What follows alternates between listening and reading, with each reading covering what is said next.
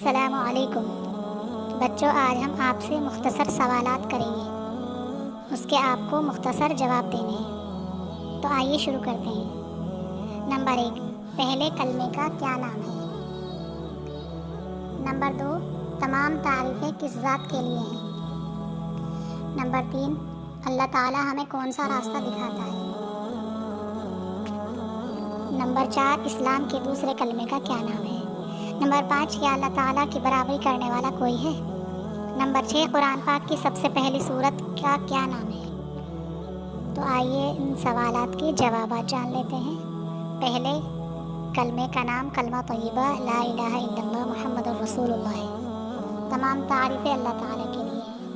اللہ تعالیٰ ہمیں سیدھا راستہ دکھاتے ہیں۔ اسلام کے دوسرے کلمے کا نام کلمہ شہادت ہے۔